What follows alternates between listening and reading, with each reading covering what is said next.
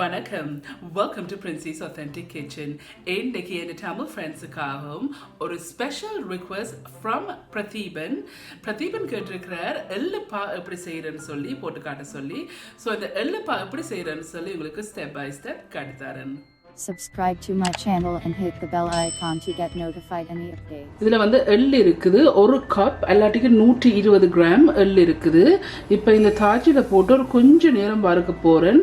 சிலாக்கள் வந்து இது வறுத்து வந்து இந்த எள்ளுப்பா செய்கிறேன், ஆனால் நான் வறுத்து தான் செய்கிறேன். நான் இது ஒரு மீடியம் ஹீட்டில் வச்சு ஒரு கொஞ்சம் வறுத்தெடுப்பேன். நீங்கள் வறுத்தும் செய்யலாம், வறுக்காமையும் செய்யலாம். ஆனால் வறுத்து செய்தீங்கன்னு சொன்னால் நல்லா வாசமாக இருக்கும். ஸோ இது கொஞ்சம் நேரம் வறுப்போம். இதை மீடியம் ஹீட்டில் இந்த எள்ளை வந்து வறுத்து கொண்டு வந்து நான் வறுபட்டுட்டுது 5 நிமிஷம் காணும் இதை வறுத்தெடுக்கிறதுக்கு மீடியம் ஹீட்டில். இப்போ இது டன். இதை கொஞ்சம் ஆற விட போகிறேன். அரைச்சுண்டு இல்லை அரை கப் இல்லாட்டி 120 கிராம் சீனி இருக்குது. இப்போ இந்த சீனியை வந்து நான் காஃபி கிரைண்டரில் போட்டு நல்லா பட்டை அரைச்செடுக்க போகிறேன். நல்லா பட்டை அரைச்செடுத்துருக்கிறேன். நம்ம ஒரு பவுலில் போட்டெடுப்போம். அதே காஃபி கிரைண்டரில் வந்து நம்ம வறுத்து வச்ச எள்ளை வந்து போட்டு நல்லா பட்டை அரைச்செடுக்கணும். நல்லா அரைச்செடுக்க எண்ணெய் தன்மையாக வரும். இந்த பார்த்தீங்களா, இதை அரைக்கைக்கு வந்து இப்படி எண்ணெய் தன்மையாக வருது. இந்த நல்லா கசிஞ்சு வந்திருக்கு. நல்லா இருக்க கிளறி விட்டுட்டு திருப்பி ஒரு காடி அரைச்செடுப்போம் இந்த கிரைண்டரில். சேம் பவுலுக்கு நான் சீனி போட்ட பவுலுக்கே வந்து இந்த அரைச்ச எள்ளை வந்து இதோட சேர்த்து போடுங்க. இருக்கிற மிச்சத்தையும் போட்டு அரைச்செடுப்போம். இதையும் அரைச்சிருக்கிறேன். இப்போ உங்களுக்கு பார்க்க தெரியுதான், நல்லா கசிஞ்சு எண்ணெய் தன்மையாக வந்திருக்குது. இந்த எள்ளு இந்த நல்லா கசிஞ்சு வந்திருக்கு. இது வந்து புறம்பு அடிக்கிறதுக்கு காரணம் வந்து இந்த எண்ணெய் தன்மையை வந்து சீனியை போட்டு இதை அரைச்சி எடுக்கலாம். என்றாலும் நீங்கள் தனியை போட்டு அரைச்சி எடுத்தீங்கன்னு சொன்னால் இது நல்லா எண்ணெய் கசிஞ்சு வரும்.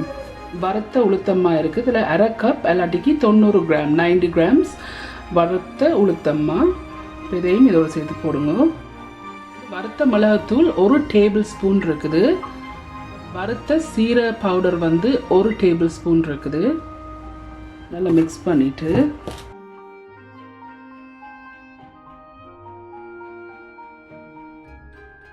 இது நல்லா மிக்ஸ் பண்ணி போட்டு சும்மா வாயில் போட்டு பார்த்தீங்கன்னா உங்களுக்கு மிளகு சீரகம் சீனி எல்லாம் காணுமா இருந்தேன்னா ஓகே. பட் இந்த ஸ்வீட்டும் இந்த இவ்வளோ பதம் எனக்கு காணும். உங்களுக்கு காணாட்டிக்கு வாயில் போட்டு பாருங்கள் எப்படி இருக்குன்னு டேஸ்ட் பண்ணி. இதை வந்து நல்லா அரைக்க போகிறேன். இந்த இருக்குன்னு மிக்ஸ் பண்ணுமா.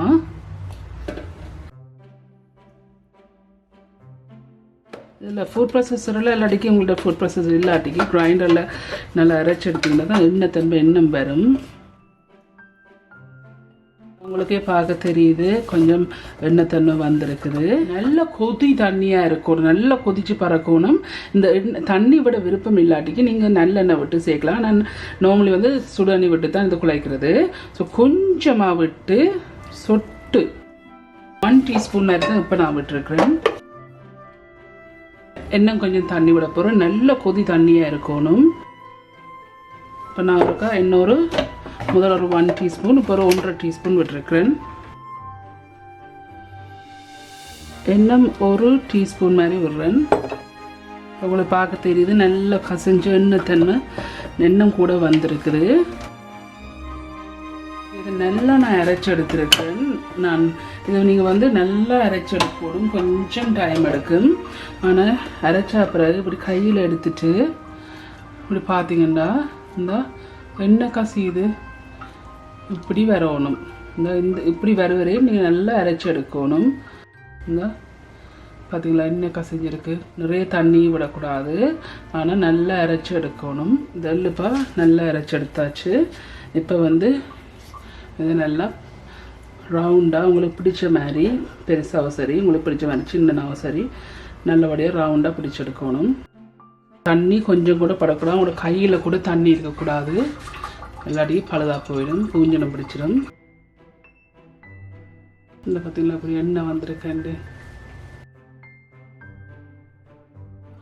இப்படி பவுலாக பிடிச்சி வைக்கணும். நல்லா அமர்த்தி உருட்டுங்கோ. ஓகே ஃப்ரெண்ட்ஸ், இந்த எள்ளு பாயெல்லாம் செய்து முடிஞ்சது, சூப்பராக வந்திருக்கு. இது ரொம்ப ஹெல்த்தியான ஒரு டிஷ் வந்து கண்டிப்பாக நீங்களும் ட்ரை பண்ணி பார்த்து பிரதீபன் நீங்கள் இதை ட்ரை பண்ணி பார்த்து எப்படி இருக்குன்னு சொல்லி உங்களோட காமெண்ட்ஸ் எல்லாரும் நீங்கள் விடுங்க. இந்த வீடியோ உங்களுக்கு பிடிச்சிருந்ததுன்னு சொன்னால் மறக்காமல் தம்ஸ் அப் பண்ணுங்கள். இந்த வீடியோ உங்களோட ஃப்ரெண்ட்ஸ் அண்ட் ஃபேமிலியோட ஷேர் பண்ணுங்கள்.